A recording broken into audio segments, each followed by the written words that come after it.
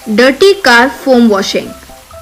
अगस्तापुर नाम का एक गांव था। वो गांव में हरी नाम का एक आदमी हुआ करता था। उसको सब लोग dirty Hari with dirty car कहकर बुलाते थे। कारण ये था कि वो 2 सालों से नहाया ही नहीं था। उतना ही नहीं, उसकी कार को भी वो साफ नहीं किया करता था। ऐसा क्यों था किसी को नहीं समझ आया। एक दिन हरी अपने माता पिता के साथ उसके बुआ के बेटे पप्पू घर पर खाना खा रहे थे। अब घर पर हरी अपनी कार में आया। वो आते ही गंदी बदबू आते ही बुआ सुमित्रा से पप्पू, कहाँ से ये चूहे मरने की बदबू आ रही है? मैं तो खाना भी नहीं खा पा रहा, आप कैसे खा रहे हो? अरे पप्पू, ये बदबू अपने बहुत करीब से आ रही है। अपना नाक तुम जोर से बंद कर लो, वरना तुम पूरा उल्टी कर दोगे। वो मरे हुए चूहे का नाम ही हरी है। इतने में ही अंदर आ रहे पप्पू को देखकर, क्या पप्पू जीजू कब आए? आपको देखकर कम से कम 5 साल हो गए हैं शायद। नाक पकड़ा हुआ पप्पू, क्या हरी, तुम क्या हो? ये बदबू क्या है? ये डर्टी अवतार क्या है? इस बदबू से लगता है मैं मर जाऊंगा। वो स्मेल मेरी ही है भाई। तेरी स्मेल है? अरे नालायक, ये जानकर भी ऐसे घूम रहा है। तुम्हें नहा के कितने दिन हो रहे हैं? 2 साल हो रहे हैं बेटा। मैंने बहुत बोला पर वो सुनता ही नहीं। बेवकूफ कहीं का। वो नहीं नहा रहा है, उस कार को नहीं वॉश करने दे रहा है, और तो और कुछ कहने पर घर छोड़कर जाने की धमकी दे रहा है। हम तो माँ बाप हैं, इसीलिए वो बदबू झेल रहे हैं, लेकिन गांव वाले कब भी बदबू से तंग आकर गांव से निकाल देंगे, यही डर खा रहा है हमें। आप जाइए बुआ जी, मैं और ये ऐसे ही गांव में घूम के आते हैं। ये क्यों ऐसा कर रहा है मैं पता लगाता हूँ। अब पप्पू और हरी कार में गांव की तरफ निकले। हरी आते ही सब लोग दूर भाग रहे थे। वो देखकर पप्पू, जीजू आपकी बदबू से लोग तो क्या, नाली का गंदा पानी भी भाग जाएगा। इसका मतलब सारे ड्रेनेज को मुकाबला देते हुए भी तुम ही बचे हो। वो सब ठीक है, लेकिन ये बताओ आप और आपका कार नहा क्यों नहीं रहे हो? वो बड़ा सीक्रेट है जीजू। 2 साल पहले मेरे दादा गुजर गए थे, तब उन्होंने मुझसे कहा था, अरे हरी तू कभी भी नहाना मत और ये गाड़ी भी साफ मत करना, इसमें अपने वंश का पावर है। तुम्हें पता है ना, दादा ने कह दिया तो कह दिया। वो सुनकर पप्पू ने मन में सोचा, वो बुड्ढा मरते मरते कुछ बकवास करते हुए गया। ये पागल उसको निभा भी रहा है। अब कुछ ना कुछ करके इसकी बदबू भगाना पड़ेगा, नहीं तो गांव वाले सच में इनको गांव से बाहर निकाल देंगे। सोचकर, अरे जीजू तुमने दादा को शायद गलत समझा है। दादा ने जब कहा कि गाड़ी साफ मत करना, ऐसे भी तो हो सकता है कि उन्होंने कहा हो कि सबके सामने मत साफ करना। किसे पता, पागलपन से दादा ने तुम्हारे लिए गाड़ी सोने की बनाई हो। सोचो, वो कार ही सोना हो सकता है भाई। ऐसा है क्या? दादा ने मेरे लिए सोने की कार बनवाई है? वाह, वो कार सोने की है। आहा, वो मेरी कार अभी साफ करता हूँ। चलो भैया चलो। तुम्हारा मुंह, तुम्हारा 2 साल का बदबू निकालने के लिए एक ही रास्ता है, फोम वॉशिंग। चलो पहले वो दुकान में जाते हैं। ये कहकर दोनों फोम वॉशिंग कराने गए। वहाँ जाते ही हरी की बदबू से जब फोम वॉशिंग वाला भाग रहा था, अरे तुम्हारे नाक में रुई डाल लो, लेकिन इनको साफ करो, तुम्हें पुण्य मिलेगा। नाक में रुई मरने के बाद डालते हैं। ये डर्टी आदमी, डर्टी कार कौन है पता नहीं, लेकिन यहाँ रहा तो मैं मर जाऊंगा लगता है। मैं जा रहा हूँ, आपको चाहिए तो आप ही उनको नहला दो। कहते हुए फोम वॉशिंग वाला भाग गया। पप्पू डर्टी हरी और डर्टी कार को वॉश किया। हरी की कार अब चमक रही थी। हरी भी साफ सुथरा लग रहा था। हरी ने उसकी कार को बहुत अच्छे से चेक किया। मेरे दादा ने कोई सोना नहीं छोड़ा। तुमने मुझसे झूठ बोलकर धोखा दिया है। तेरा मुंह, हाफ बैटरी हो तुम। तुझे एक बड़ा सीक्रेट बोलूं? दादा के मरने के 2 साल पहले दादा पागल हो गए थे। उनकी ट्रीटमेंट जिसने की थी वो डॉक्टर मैं ही हूँ। आप जो बोल रहे हो वो सच है क्या? मैं इतने सालों से एक पागल की बात मान रखी थी। पप्पू मम ने सोचा, अरे बेवकूफ, 2 साल से नहीं नहाया वो भी एक पागलपन है। उसकी ट्रीटमेंट भी कर रहा हूँ। वो बोलूंगा तो पता नहीं क्या होगा। सही है, तुम जो बोल रहे हो वो मैं सोच रहा हूँ तो ही डर लग रहा है। मुझे ये डर्टी पागलपन से बचाने के लिए बहुत शुक्रिया। अब दोनों मिलकर अच्छे से कार में बैठकर घर आए। उन्हें देखकर हरी के घर वाले, गांव वाले सब खुश हो गए। वो एक छोटा सा गांव है और उस गांव में आंजनेयलू नाम का एक मैकेनिक रहता था। उसके पास नवीन नाम के और एक मैकेनिक भी काम करता था। एक बार एक कार का मालिक उधर आकर, देखो मिस्टर अंजी, मैंने गाड़ी रिपेयर करने के लिए दिया था, क्या हुआ? पूरी रिपेयर हो गई क्या? गाड़ी का काम हो गया है, 1 मिनट नजर उतारता हूँ कहकर अंदर गया था। फिर वो ओनर मन में, क्या है मेरे गाड़ी का ये क्यों नजर उतारेगा, ऐसा सोचा।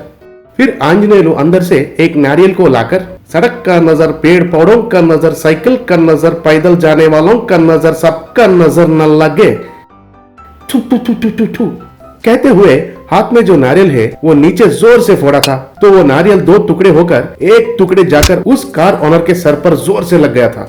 अरे आंजनेयलु, तुमने तो मुझे मार दिया है, कहकर चिल्लाया था।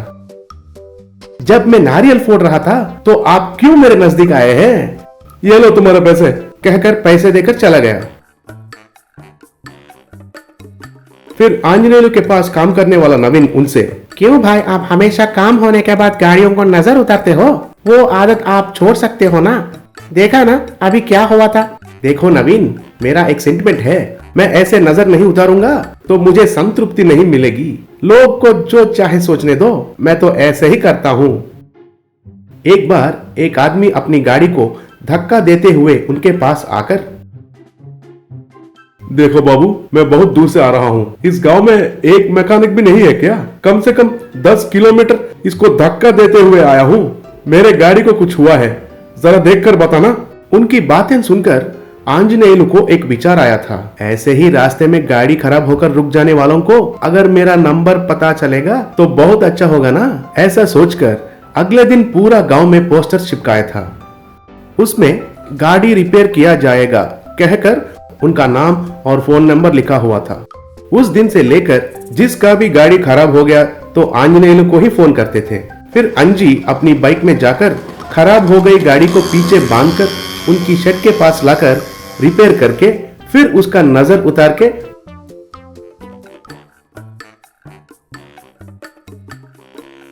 उनको वापस देता था। ऐसे करते करते उनका व्यापार बहुत बढ़ गया था।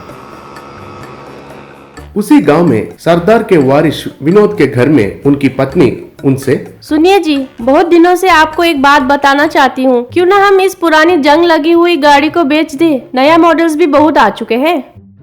क्या बात कर रही हो पगली? वो गाड़ी हमारा दादाजी का है और जायदाद के साथ ये गाड़ी को भी रखना हमारा परंपरा है। हाँ हाँ, मिला है बहुत बड़ा जायदाद, सबको बांटने के बाद आपको मिला है ये ढक्कन गाड़ी। नाम तो बड़ा सरदार के वंश के है। चाहे तो मुझे कुछ भी बोलो, लेकिन मेरे दादाजी दिए हुए इस गाड़ी को कुछ मत बोलना। क्या है इस गाड़ी में?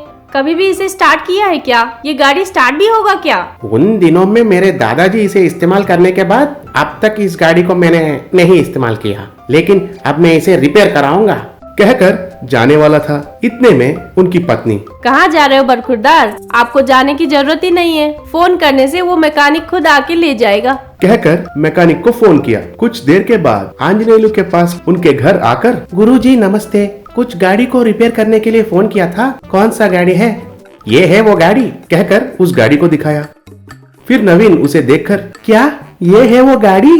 कब से लेके यहाँ पड़ा है?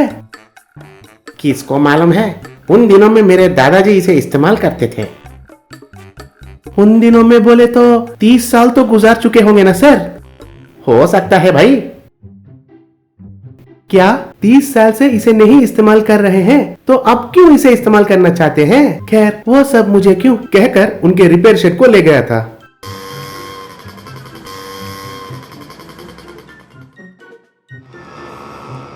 अगले दिन विनोद आकर, आंजनेयलु मेरे गाड़ी का क्या हुआ?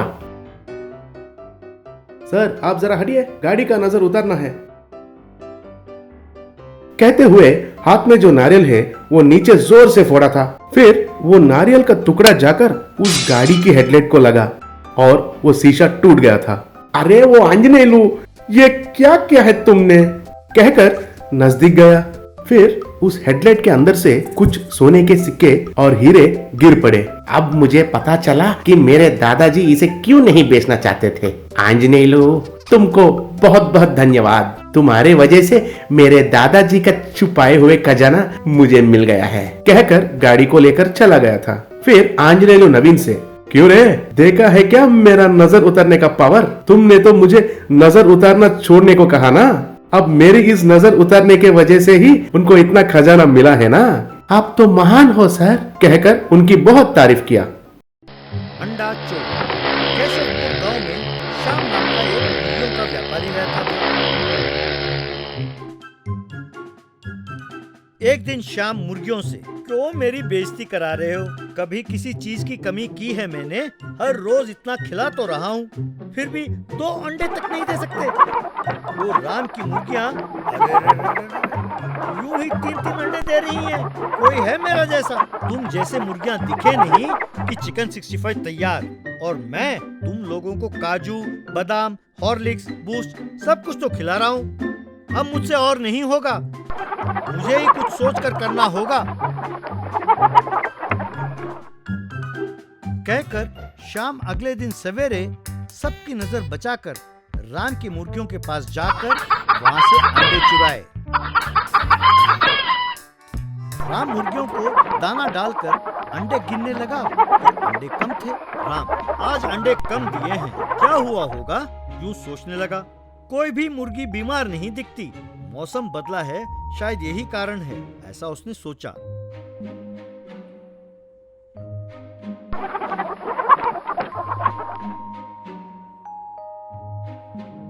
अगले दिन भी जब राम ने अंडे गिना तो अंडे कम थे। राम काफी परेशान था। राम की पत्नी दीपा अपने पति को परेशान देखकर, क्यों जी, क्या हुआ? परेशान क्यों हो? राम, मुर्गियां दिन बर दिन अंडे कम दे रहे हैं, कुछ तो गड़बड़ है, पर समझ में नहीं आता कि क्या है। दीपा, इतनी सी बात के लिए इतना हताश क्यों हो? अरे मुझ पर छोड़ दो, मैं देख लूंगी।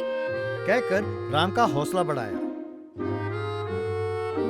उसी समय दीपा ने ये गौर किया कि पड़ोस के श्याम का कारोबार बढ़ रहा है। तब दीपा, वो सही कह रहे हैं, कुछ तो गड़बड़ है, वरना अचानक शाम का धंधा बढ़ कैसे रहा है और यहाँ अंडे कम कैसे हो रहे हैं? यूं सोचकर दीपा ने कुछ उबले हुए अंडे उन अंडों के साथ मिलाकर रख दिया। 2 दिन बाद शाम के घर दीपा जाकर, भाई साहब, हमें खुशी है कि आपका धंधा चल पड़ा, पर पता नहीं आप जानते हैं या नहीं, हमारी मुर्गियाँ आजकल अंडे ठीक से नहीं दे रही है, इसीलिए क्या आप मुझे कुछ अंडे दे सकते हैं? बाद में लौटा दूंगी। शाम ने कुछ अंडे लाकर दिए। दीपा ने उन अंडों को देखकर, भाई साहब, ये क्या उबले हुए अंडे दे रहे हैं? शाम एकदम परेशान हो गया। ओह, गलती से आ गया होगा, कहकर फिर अंदर जाकर नए अंडे लेकर आया। दीपा सारी बात समझ गई। शाम को सबक सिखाने के इरादे से एक लड़ाकू मुर्गे को उसने टोकरी में रख दिया। अगले दिन सवेरे शाम सबकी नजर बचाते हुए टोकरी में अंडे चुराने के इरादे से हाथ अंदर रखा तो लड़ाकू मुर्गे ने उस पर झपट करते हुए नोचने लगा। श्याम, आए रे, बचाओ बचाओ, चिल्लाता हुआ वहां से भाग गया। यूं दीपा ने अंडे के चोर को भगा दिया।